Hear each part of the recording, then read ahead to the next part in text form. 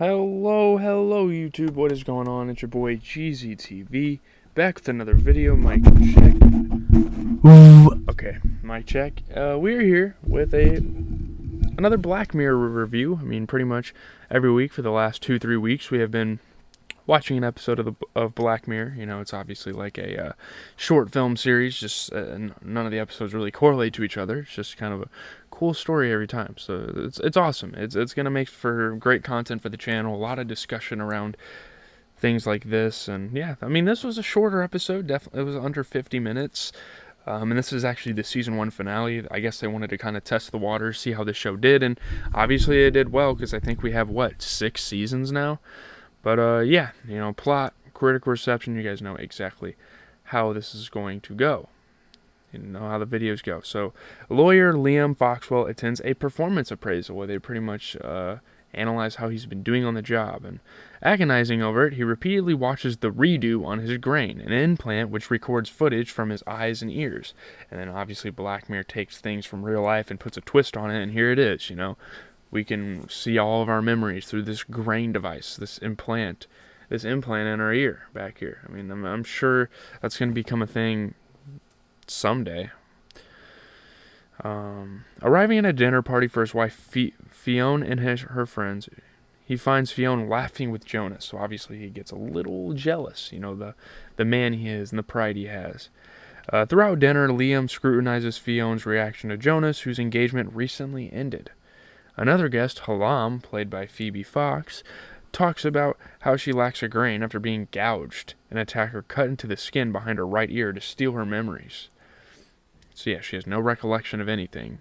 Like, she does, but not on her grain.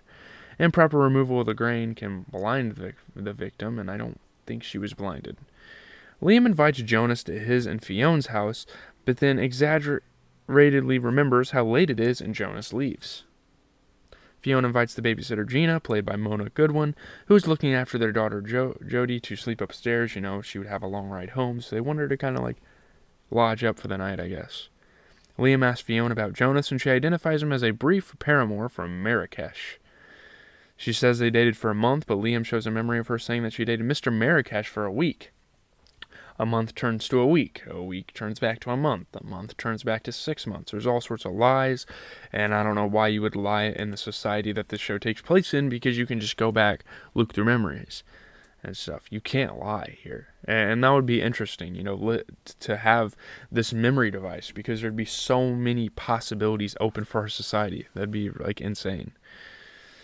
The discussion becomes heated, Fionn referencing Liam's former obsession over another man, Dan, and Liam calling Fionn a bitch. So obviously their relationship is just looking a little rocky right now. They reconcile and have sex while watching memories of their past sexual encounters. It's really fucking weird because Jonas talks about the same sort of thing at the dinner table. He's like, oh, sometimes I find myself jacking off to my sexual encounters. It's weird as hell. Afterwards, Liam goes downstairs and drinks copiously while watching redos of the dinner party to kind of like study her body language, see how she was acting around this dude, and yeah. When Gina awakens, Liam asks her for opinions on the memories. Asks for her opinion on the memories, and obviously, Gina doesn't want to get involved with this. This isn't her relationship. This isn't her life. Embarrassed, Fionn gets Gina to leave. Liam interrogates Fionn further and further and further. It's going to reach a boiling point. She now says that her relationship with Jonas lasted 6 months. Liam drives to Jonas's house, ignoring his car's warnings that drunkenness invalidates his insurance. Jonas is unhappy to see him. Obviously he is, because he knows exactly why Liam showed up.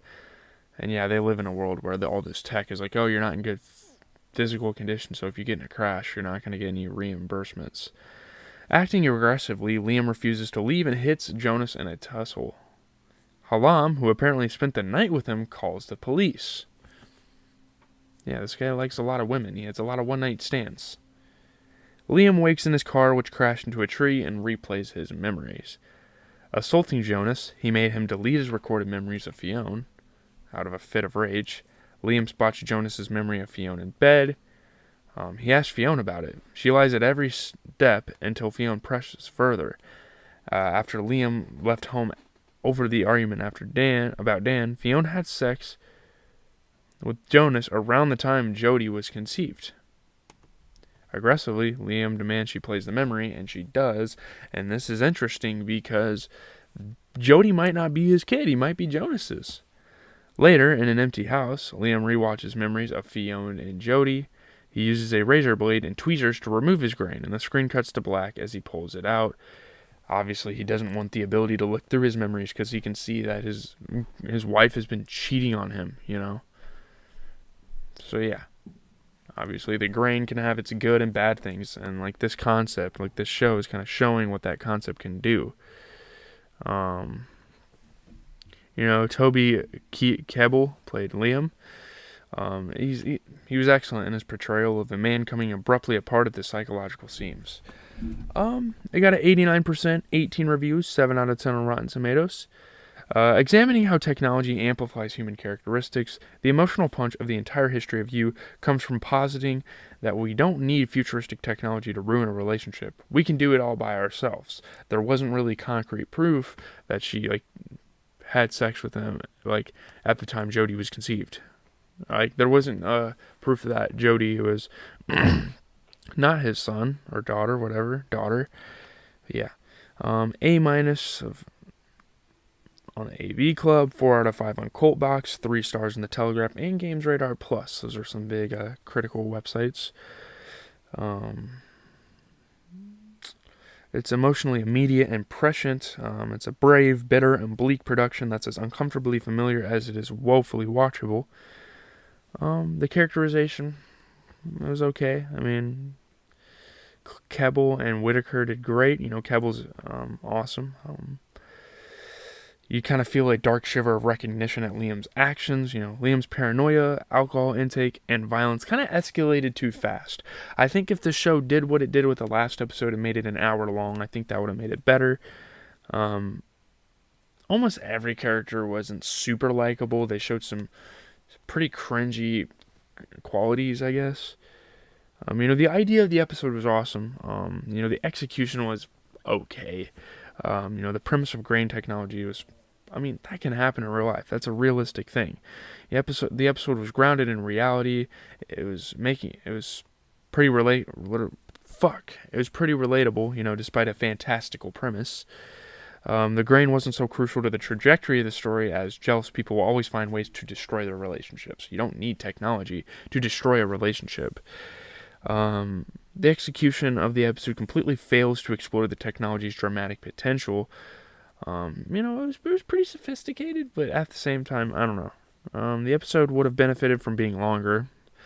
It should have had a more non-linear narrative. I think that would have made it effective. Focusing on a different aspect of the conceit, the unreliability of natural memories, or the potential for crime investigators to recover memories directly from a person's brain. I think that would have been cool to utilize that. The ending was pretty cool, pretty predictable. It was handled with such visual aplomb, but yeah, we knew this guy was going to cut this thing out, kind of, because you don't even fucking need it. He knew this girl was lying to him. He could detect it. He saw her at the dinner table. He didn't have to go back and reanalyze it. His instincts knew this girl was unfaithful to him. So, yeah, leave a like, comment, subscribe. That's all I have to say. Pretty short, straight to the point episode. So, it's going to be a short, straight to the point review. We have a Walking Dead episode to talk about. And then we are done with YouTube content for the day. Lucky's dropping an album. I might do an afternoon stream. All that.